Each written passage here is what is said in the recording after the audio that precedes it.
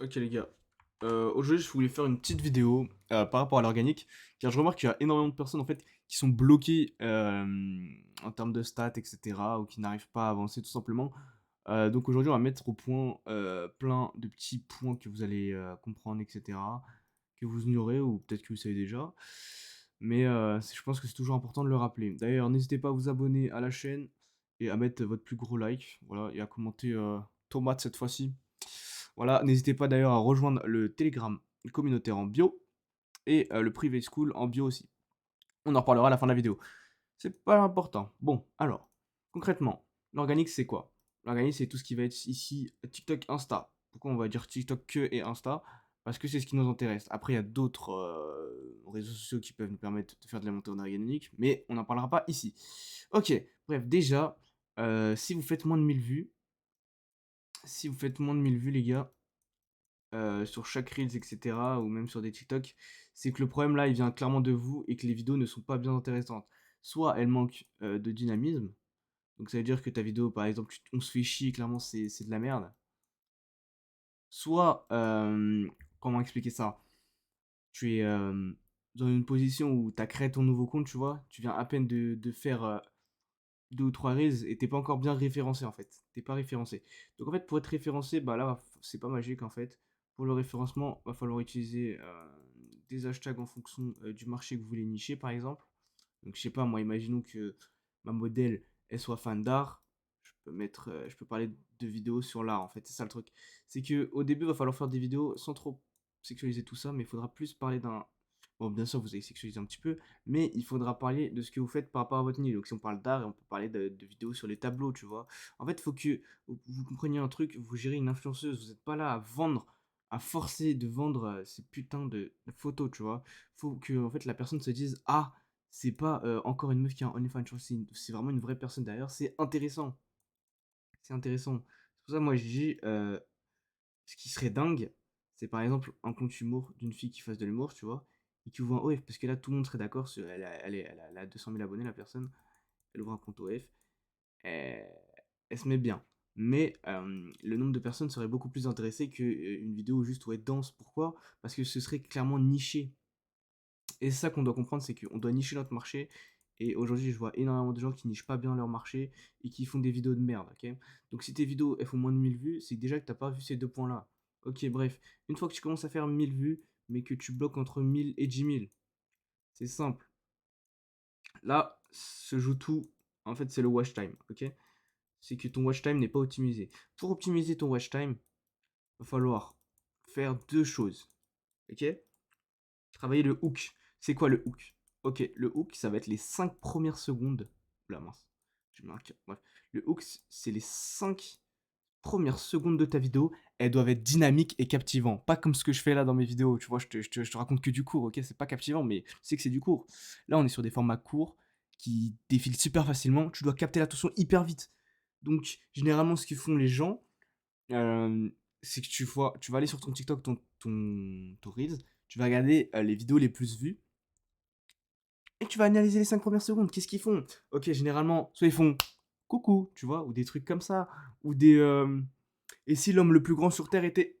Tu vois, il faut que tu sois captivant, la manière dont tu parles, ou la manière dont la personne va bouger sur la vidéo. En l'occurrence, notre modèle, elle fait que danser.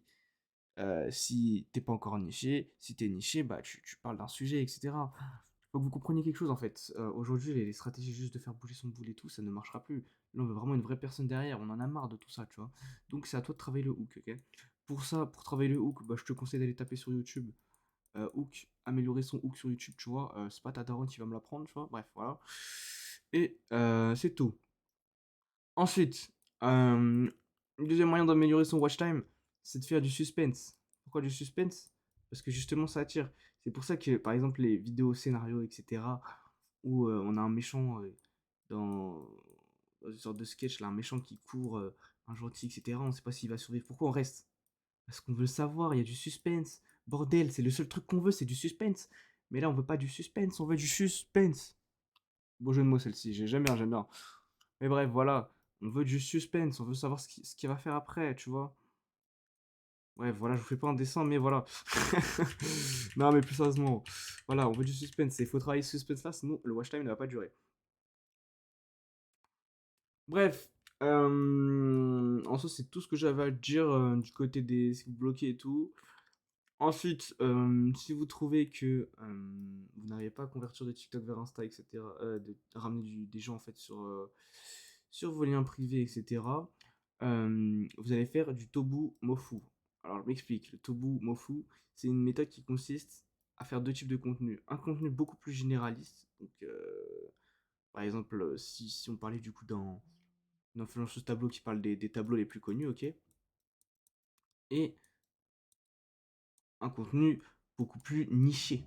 Donc, dans le tableau, par exemple, elle va pouvoir se mettre en tenue bien, tu vois, et dire viens voir mes tableaux privés sur ma plateforme privée, tu vois, des trucs comme ça, des appels à l'action, mais bien sûr à l'oral, sans mettre de texte, sinon vous allez shadowban, etc. Voilà, c'est ça le but, c'est de faire des. Se rendre compte que ces vidéos-là vont faire moins de vues, hein, les vidéos plus nichées vont faire moins de vues que celles-ci. Mais ce n'est pas grave. Le but, c'est surtout de fidéliser une audience. Et le dernier problème qu'on soulève, c'est le shadowban.